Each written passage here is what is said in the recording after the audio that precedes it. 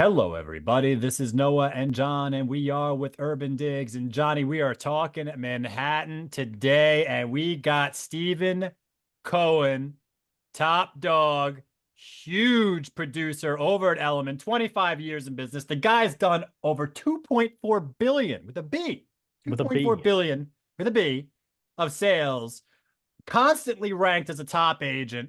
And we got him here to ourselves for the next 15 minutes to tell us what's going on in the New York market. So, without further ado here, Stephen, I'm going to go right in and ask you straight out, what's going on out there? People want to know. Okay. Before I address that, listen, I watch your show. I don't know if anyone's ever said this, but Noah, you have like a total radio voice. That's like, Oh, yeah. He does, right? It's fantastic.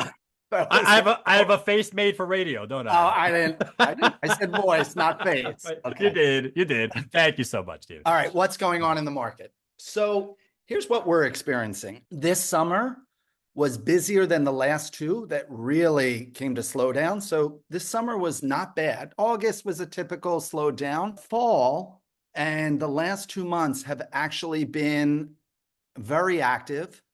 We're putting things in contract. We find that there's serious buyers out there. We've had two bidding wars, one on a, I don't want to say lower end, but like, $1.5, $2 million, and then on a higher end over $7 million property. Two bidding wars in the last couple of weeks. So there's activity out there. There's not a lot of inventory. And I think that, listen, for savvy buyers, it's the right time. And clearly people are out there. So that's what we're experiencing. Interesting. So let's talk about that for a second. You talk about the right time. And it's interesting to hear you say that because I completely agree with you, especially if you're on the buy side. Like, this is actually a pretty good time. And the reason it is because it's sort of a challenging market for sellers still, right? You mentioned inventory is not that high. We haven't had enough buyers come out. I mean, it's not an overwhelming number of buyers. But looking at what we have in terms of like the macro landscape, right? We have an election coming up. We have still a challenging market for the last couple of years due to, mortgage rates, et cetera. How do you navigate that? How do you navigate the choppy waters that we've seen the last few years, knowing especially that we have an election ahead of us? Right. Okay. So that's an excellent point. And maybe that's why there's, a little bit of surprise in my voice when I say, wow, things are actually busy and active and things are happening and getting done, because every broker prepares for, sellers and buyers before the election, that traditionally we have a slowdown. The slowdown didn't come, in my opinion.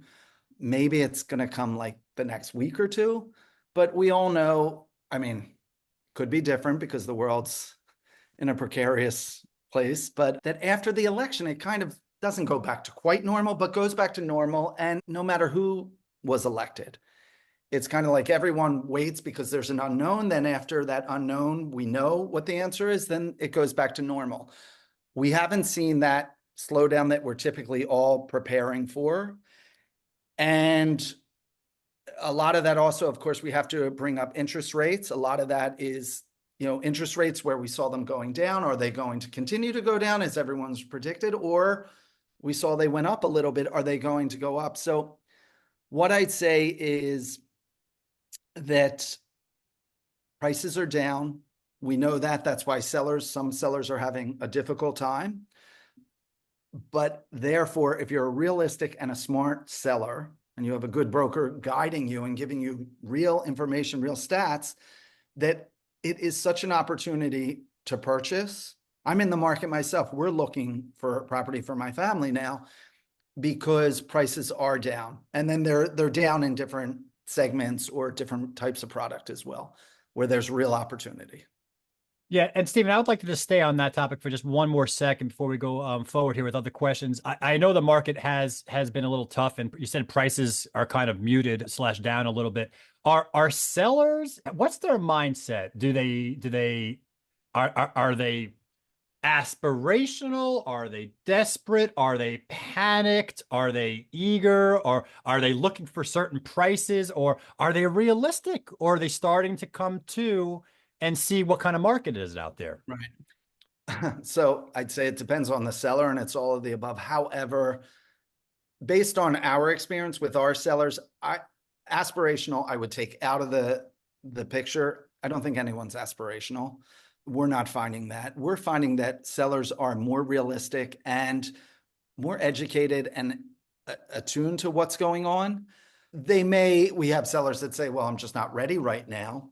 But for the most part, I mean, if you're following this and you're savvy and you understand and you're listening, you know where things are, you know what's going on. And then you have sellers that, when you have a situation where a seller is saying downscaling or upscaling, they may be selling for less, but they're buying for less. So, it's where we are in the market. And the question is, we don't know when it's going to turn. It's where we are right now. There are buyers out there that have to buy, and for, all different kinds of reasons. And that's where we are. And some, cash buyers too. It's not just the interest rates don't just affect the cash, just people taking a mortgage or financing. It's a mindset too. So it affects cash buyers as well, just in their thinking. I'd like to shift a little bit because you mentioned something really interesting, which is that you're in the market yourself. And if we could pivot to the buy side for a minute, how do you find the opportunities for your clients on the buy side in this market? There's not a tremendous amount of inventory, although lately I feel like we're seeing a little bit more. I'll go to what the opportunities are. And actually, for us, me personally, this aligns because it's what I like to do. The opportunities are, we know, prices are flat, not at the peak, but in the co-op market, co-op prices are down further. So there's real opportunities with co-ops, and these are larger apartments in wonderful buildings, great locations, not all of them, but I'm making a generalization why there's the opportunity. So you're getting more for your money in terms of space. And then properties that need renovations or need a lot of work. That's always been a market that people shied away from. You don't get as many people to look, but even more so, I think people are cautious of it. We all know that the cost of doing work is more now. If you haven't done it before, it can be daunting, but I think there's real opportunity there. Frankly, we're lucky. Not lucky because prices are higher for doing work, but we love projects. We have the vision. A lot of people don't have vision. I spend a lot of time telling people, we've sold the two things I had bidding wars on were both things that needed, I'd say, complete renovations. Wow. And because I can show people, this wall can come down, this can be done here. On a top floor, they put in a half bathroom, so we know there's precedent. You can put in a powder room here. Just walking people through and letting them know. It's a big part. I'm so glad you said that because, when we talk about opportunity, we generally tend to talk about co-ops and we generally tend to talk about units that need renovation. And one of the things that was really interesting to watch pandemic, post-pandemic was the renovation premium just sort of blew out. And it was, if it was renovated, you could grab a huge premium. If it was unrenovated, oof, you were taking a stiff penalty. Yeah. How has that normalized, in your opinion, a little bit? Are we seeing a little bit of resurgence in unrenovated apartments, or maybe not resurgence, but a little bit more interest in buyers to take on some work? I think there's interest. I don't think it's like, oh, don't show me. I think people understand that there's the opportunity there. Prices might be less. People are also, and I say to people, if a space is really, it's just dated, but it's totally livable, you can live in the space for a little bit until you figure out what you want to do. So we have a client doing that. I think I would definitely say it's normalized. On the flip side, you bring this up that when I'm, talking to a seller about putting their place on the market, there is a quote premium for an apartment that is done and move-in ready. So yeah, and it's really interesting to hear the bidding wars on the unrenovated places. I imagine those are bidding wars at a lower level. It's not like it's pushing it over ask, one of those types of situations, or is it just priced so right that you got? It's priced right. They both went. One went, I'd say, way over, significantly over its price.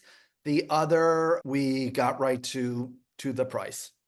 Right. And it's, I guess, rare to kind of see the activity going on the unrenovated ones. I wonder, is it investors? If it's okay if I ask, in generalities, is it flippers? Is it investors? Like, what's going on out there? These are users. It'll be, their primary residence. Yeah. I'll tell you the two things. We priced it right, and that was hard because in one case we really had to fight for this is where you should price it, and thank God they listened, and we staged both of them. And I'm telling you, the staging made a Yeah. 1,000% of the difference. I am all for staging. You know, we do a ton of social media, we do befores, we do afters, but nowadays staging, and if this was 15 years ago, I didn't, you know, Deanna Corey, who, you know, she's a friend and a great broker for years, she was doing staging before anyone was doing Yeah. staging. And I remember she wouldn't let me see a place. And I was like, what do you mean? I can see it. And, you know, she's like, trust me, let me just stage this. Now staging is so important. I don't think people have the vision as much. I think a lot of this has to do with reality TV. They want to walk into a property and be wowed. And staging makes a big difference. I'm thinking of 3 properties now that were all full renovations, needed full renovations in really good buildings, significant properties. We staged them all and they sold. And it wasn't, and one of them we didn't have staged before. Right after we got it staged, we got an offer. It was the same apartment. We paint, it already had been painted. We just put furniture in. It almost softens how bad the place One looks. second, Johnny. I got a couple of questions I got to ask him. All right, Okay, go. hold your thoughts. Well, All right. quick question, rapid fire, Stephen. How much does the staging cost? Give me an approximate idea. It depends on the square footage, but I can say for the units I'm thinking, these were big units, four bedrooms, significant apartments, you know, like 4,000 square foot apartments. It depends on the stager. The work could cost somewhere around, I'm making this up, it could be anything, it depends, but painting and redoing and getting a place looking good can be anywhere from, you know, 10 to 20, depending what it is. And then Okay. staging can be anywhere from, for those size apartments, 30 to 50, and could go higher. It Okay. really depends. It really depends. Okay. I will tell you, it is so worth it. It is so worth it. Interesting. Okay. And the second question, Johnny, I'm sorry. Go, Noah, go. Stephen, I'm really interested in what you said. You basically said before, you're like, we had to really fight with the seller to get them the price right. And look, a lot of times sellers think if they price too low, they're leaving money on the table. And we always try to go back and say the market's going to do its thing and you'll get more action. You'll get a bidding war. So here you are, an unrenovated apartment. You had to fight to get the seller to price right. And look what happened. And my question is, what did you do? Like, how did you fight to get through to the seller? Can you tell us anything? Well, in that case, I was dealing with very savvy, smart sellers, which most of my sellers are, but this was a guy that was really in tune. He listened. They didn't agree initially. But I said this, I'm really, you know, I believe in this. I'm here to get you the most money, but this is what I truly believe you have to do. And it was the staging and the pricing. And then if we come in and do everything we're supposed to do with our marketing and all of that, and we went out a little bit higher than I wanted with the agreement that if we're not getting enough showings, which we got the showings, but we were not getting offers, I said, you have to adjust. And he did. And then it went.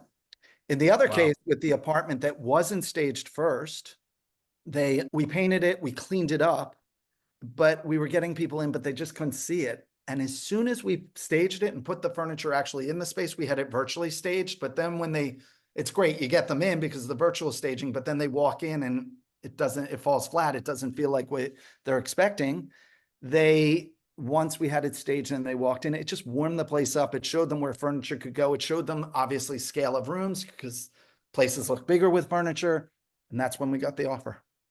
This is fascinating because we've heard from so many top brokers the importance of staging, and I think you just nailed it right there, which is that it sort of eliminates the need for buyers to imagine the space. You're exactly right that the virtual staging gets them in, but if they don't see it, if they don't actually viscerally experience that apartment in the staged form, their conception of what it could be, their possibilities just gets tossed out the window.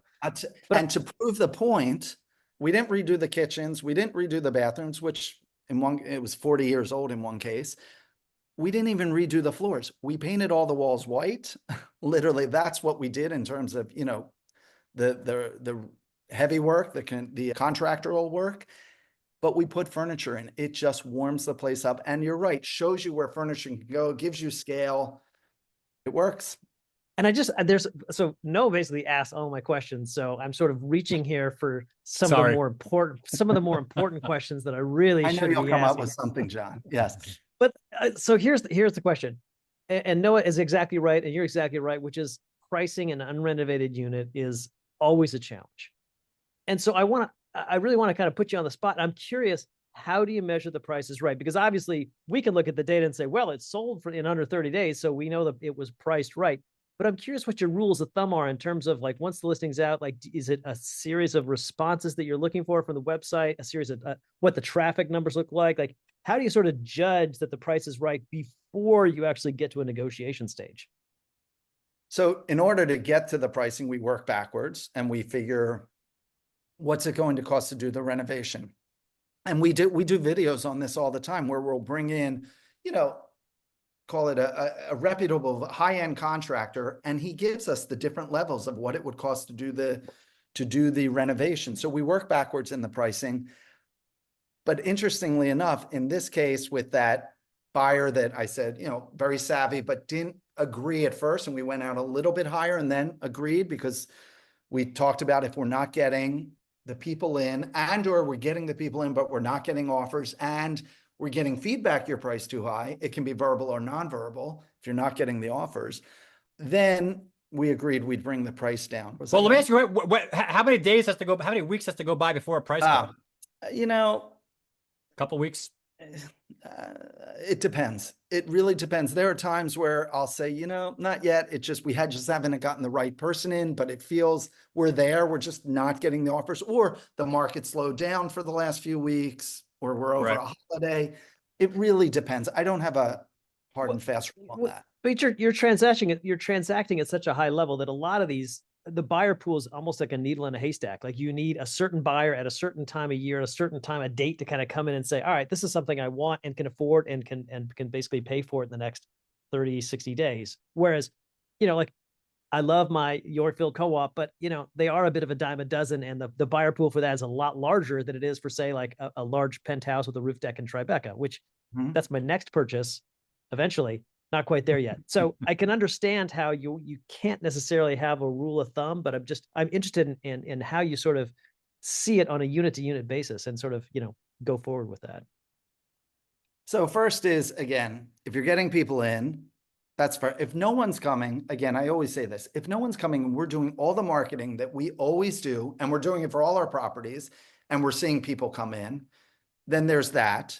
We're obviously talking to other brokers if they have similar listings in the neighborhood or in the building, or if it's a townhouse, comparing it to other townhouses. So I'd say it's that if you're getting the calls and the people in, then if you're getting the calls and people in, you're getting actual feedback from people you trust and reputable brokers or buyers saying, you're crazy, it's way overpriced, or you're just not getting the offers, but they're going and buying other things. And we go back and research and find out, what are you buying? Would they put the offer in on, and compare it? And then, hey, they're buying that and that's priced at this point. We're, basically the same. That's how you figure it out. It's those 3 steps, I'd say. Very interesting. I will also say some of it is just gut. Like I said, there are times where I'll say, you know what? We're getting enough people in. This price does feel right. Let's just keep riding this out.